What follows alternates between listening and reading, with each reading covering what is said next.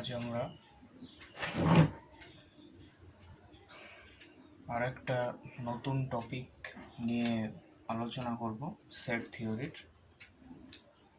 টপিকটা হচ্ছে সাম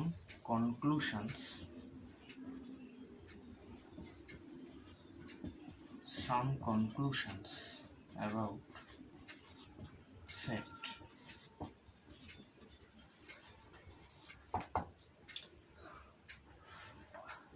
First conclusion: every set is a subset of itself. Every set is a subset of itself. This is a obvious case. যেমন আমরা যদি ধরি যে A একটা set, A is an arbitrary set, then A is a subset of itself because each element of A is in A. এর সমস্ত element এতে আছে। So every set is a subset of itself. This is obvious case.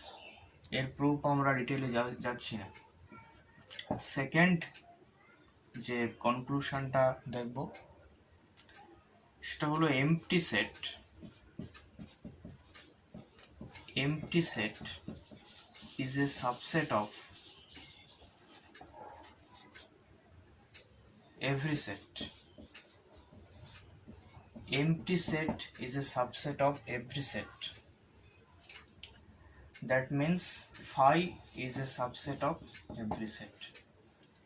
এটা আমরা আগের টপিকে আলোচনা করেছিলাম, আগের লেকচারে আলোচনা করেছি এর প্রুফটা নিয়ে, যে phi is a subset of every set. Third conclusion যেটা আমরা বলবো যে if A is a subset of B, B is a subset of A,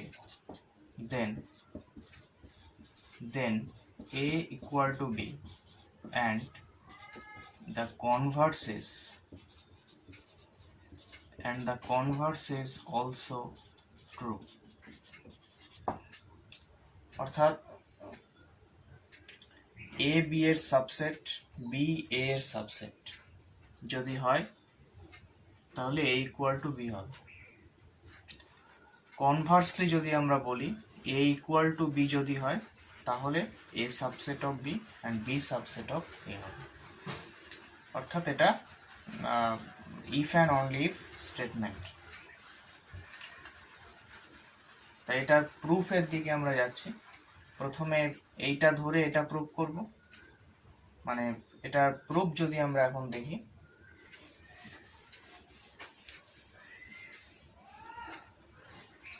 A is a subset of B.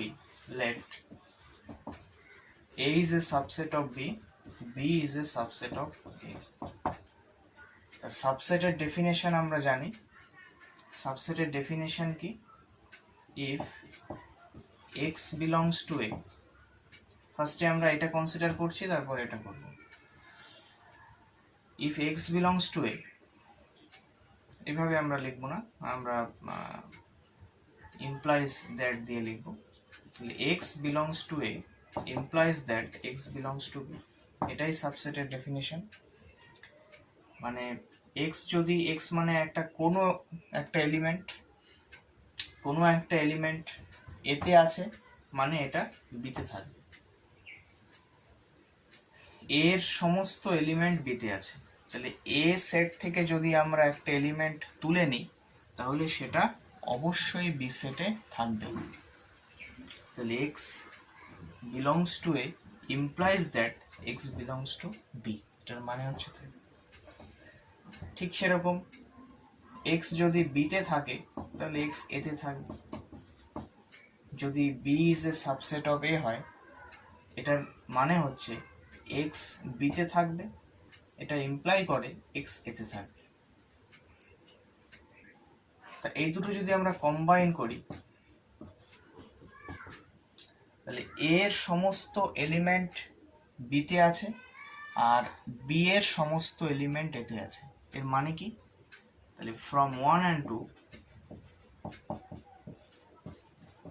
it is obvious that a equal to b। তাহলে 1 আর 2 থেকে আমরা obviously বলতে পারি যে a ইকুয়াল টু বি, দুটো set equal. এবার আমরা কনভার্সটা প্রুভ করব। Conversely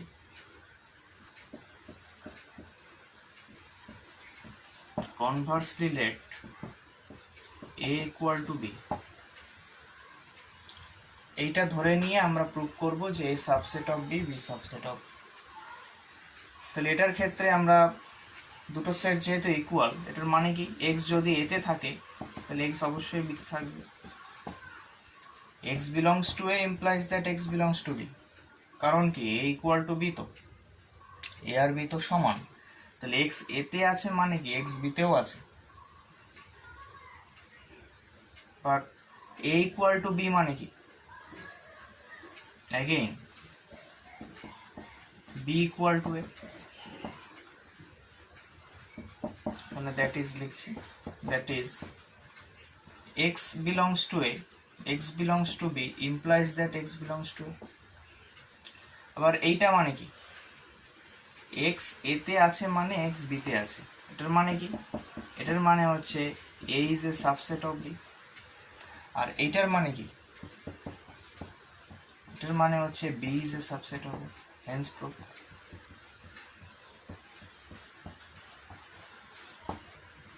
clear? Next কনক্লুশনে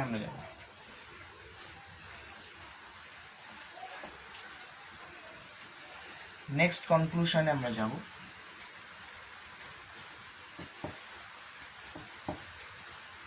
Fourth conclusion, A is a subset of B, B is a subset of C, then A is a subset of C. This is an obvious case and its proof is very simple for us. কি করে করব এটা? তা আমাদের given আছে যে A is a subset of B, B is a subset of C। A subset of B মানে কি? A is a subset of B, that is x যদি a তে থাকে তাহলে x b তে থাকবে। By definition of subset, a এর সমস্ত এলিমেন্ট b তে আছে, তো যে কোনো একটা এলিমেন্ট যদি আমরা a থেকে তুলে নিই, যেমন x, এটা যদি a তে থাকে অবভিয়াসলি এটা b তে বিলং করবে। আবার b সাবসেট অফ c, এটার মানে কি x যদি b তে থাকে এটা ইমপ্লাই করবে x c তে আছে। তা এই দুটো যদি কম্বাইন করি, 1 আর 2 যদি আমরা কম্বাইন করি, তাহলে combining 1 and 2 we get x belongs to a implies that x belongs to b, আবার x belongs to b implies that x belongs to c, মানে কি x belongs to a implies that x belongs to c, this implies that a is a subset of c. Here are some conclusions about set theory. Next we shall discuss about